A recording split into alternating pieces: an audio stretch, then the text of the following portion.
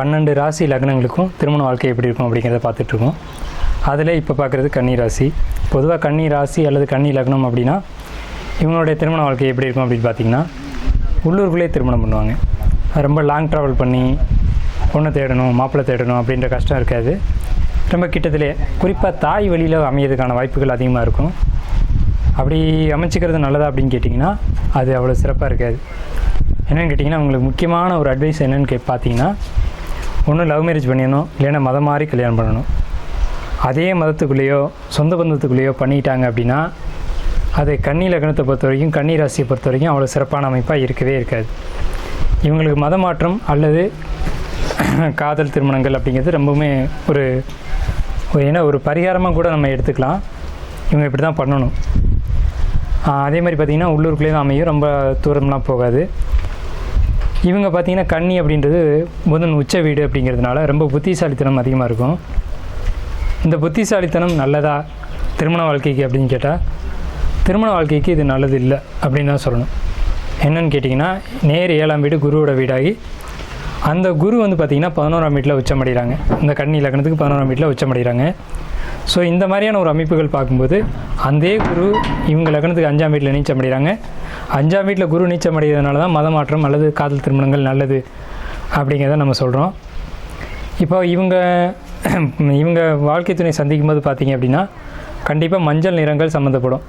அந்த மஞ்சள் நிறங்கள் கனெக்ட் ஆணுச்சு அப்படின்னு சொன்னால் இவங்க தான் வாழ்க்கை துணை அப்படிங்கிறத நம்ம முடிவு பண்ணிக்கலாம்.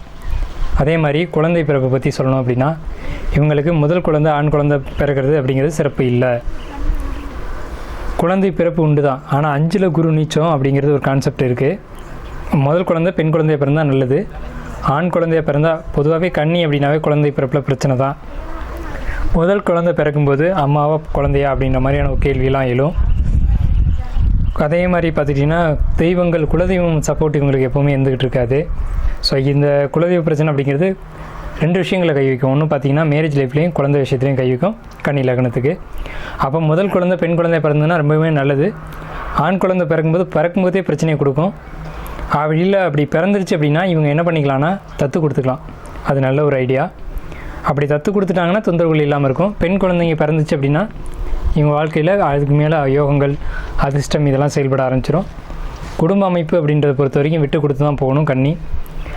கன்னிக்கு அதாவது கன்னி லக்னம்னு சொல்லிட்டாலே இவங்க வாழ்க்கை துணைகிட்ட சரண்டர் ஆகிடுவாங்க. அப்படி சரண்டர் ஆகிட்டாங்க அப்படின்னா இவங்களுடைய லைஃப் சூப்பராக இருக்கும். திருமண வாழ்க்கையை பொறுத்தளவுக்கு கன்னி அப்படி சொல்லிட்டாலே வாழ்க்கை துணைக்கு அரசாங்க உத்தியோகம் அப்படிங்கிறது கண்டிப்பாக இருக்கும். அரசு சார்ந்த வருமானங்கள் இருக்கும்.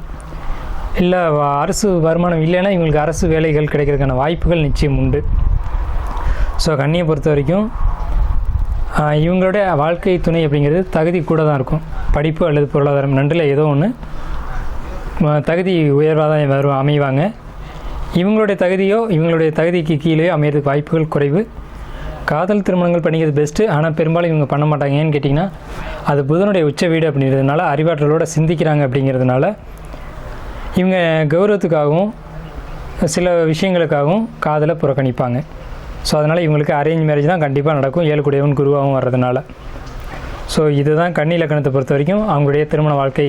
கன்னி லக்னமாக இருந்தாலும் சரி, கன்னி ராசியாக இருந்தாலும் சரி, இந்த மாதிரியான ஒரு அமைப்பில் தான் அவங்களுடைய திருமண வாழ்க்கை அமையும்.